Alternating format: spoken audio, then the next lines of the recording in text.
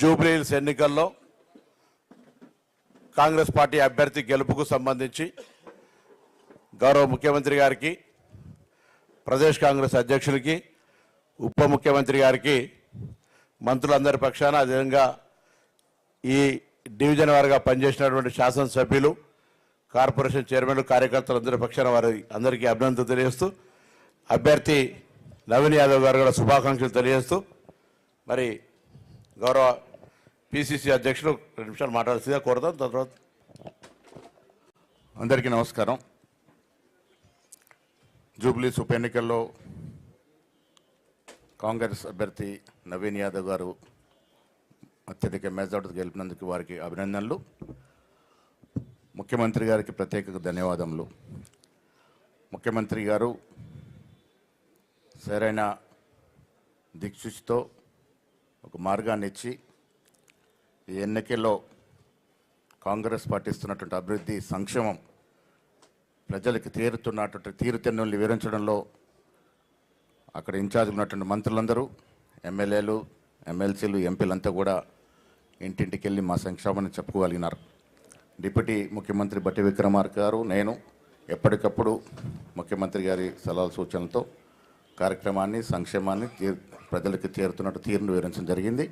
ఇవాళ ప్రజలు తెలంగాణ రాష్ట్రంలో 2 సంవత్సరాలుగా ప్రజాప్రభుత్వం నడుస్తున్నటువంటి కాంగ్రెస్ పార్టీ నాయకత్వం వహిస్తున్నటువంటి రేవంత్ రెడ్డి గారి పట్ల సానుకూలంగా ఉన్నారు, పాజిటివ్గా ఉన్నారు.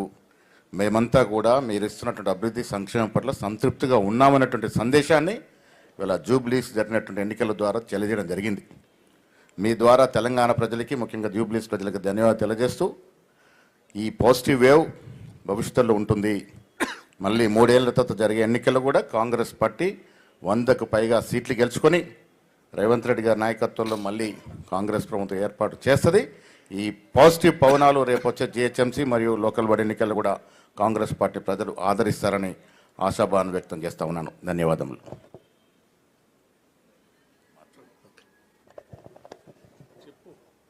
ఇప్పుడు గౌరవనీయులు ముఖ్యమంత్రి రేవంత్ రెడ్డి గారు మీతో మాట్లాడతారు. ఈ పత్రికా సమావేశంలో పాల్గొన్న పిసిసి అధ్యక్షులు మిత్రులు మహేష్ కుమార్ గౌడ్ గారు, ఉప ముఖ్యమంత్రి వర్యులు మిత్రులు బట్టి విక్రమార్క గారు, సహచార మంత్రివర్గ సభ్యులు, నూతనంగా ఎన్నికైన జూబ్లీహిల్స్ శాసనసభ్యులు యువమిత్రుడు నవీన్ యాదవ్ గారు, ఎన్నికల ప్రచారంలో పార్టీ బాధ్యతలు, ఈ గెలుపుకు ప్రధాన భూమిక పోషించిన పార్లమెంట్ సభ్యులు, శాసనమండలి సభ్యులు, శాసనసభ్యులు, వివిధ కార్పొరేషన్ల చైర్మన్, క్రియాశీలక కార్యకర్తలందరికీ మనస్ఫూర్తిగా అభినందనలు, కృతజ్ఞతలు తెలియజేస్తున్నాను.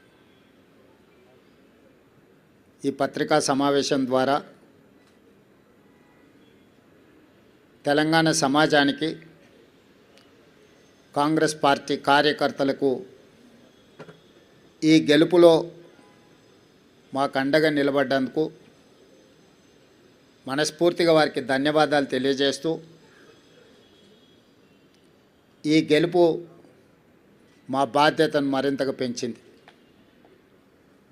2 సంవత్సరాలు పూర్తి చేసుకుంటున్న సందర్భంలో హైదరాబాదు నగరంలో సాధారణ ఎన్నికల్లో మాకు పెద్దగా సానుకూలమైన ఫలితాలు లేని సందర్భంలో ఇప్పుడు ప్రజలు అండగా నిలబడి కాంగ్రెస్ పార్టీని ఆశీర్వదించి తెలంగాణ రాష్ట్రాన్ని సంక్షేమంలో అభివృద్ధి కార్యాచరణలో ముందుకు వెళ్ళండి, బాధ్యతతో ఈ కార్యక్రమాలను నిర్వహించండి అని చెప్పి మమ్మల్ని ఆశీర్వదించడం జరిగింది.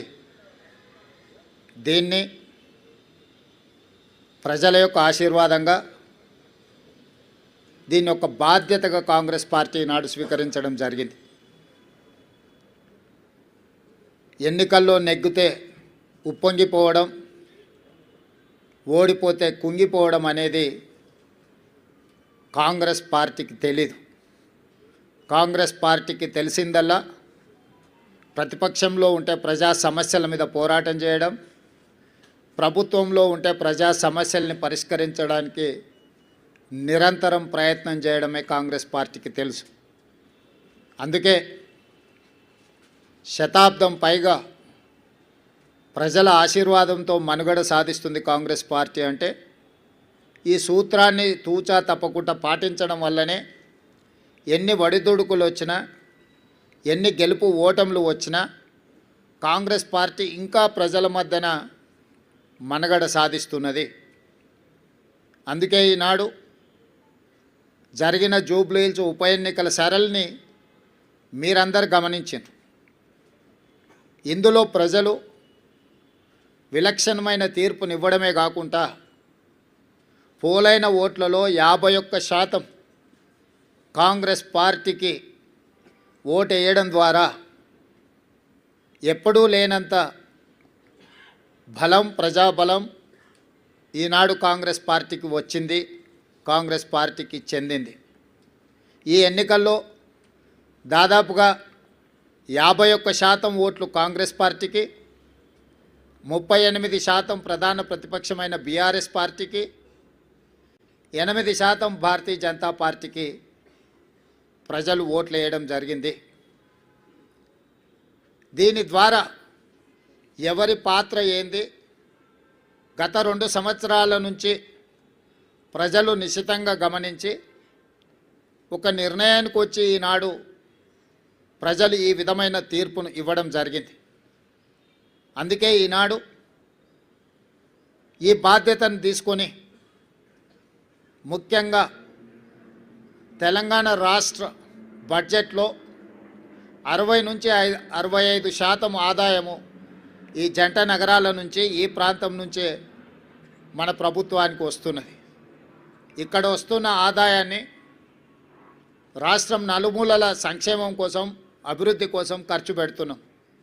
ఈ నగరాన్ని కాపాడుకోవడం, ఈ నగరాన్ని అభివృద్ధి చేసుకోవడం, ఈ నగరంలో నివసిస్తున్న ప్రజలకు మౌలిక వసతులను అభివృద్ధి చేయడం, ఉద్యోగ ఉపాధి అవకాశాలు పెరగడానికి అవసరమైన ప్రణాళికలు రచించడం అనే దాన్ని పూర్తి స్థాయిలో మా ప్రభుత్వం నిర్వహిస్తుంది. నేను ఎన్నికల ముందు చెప్పిన ఈనాడు గెలిచిన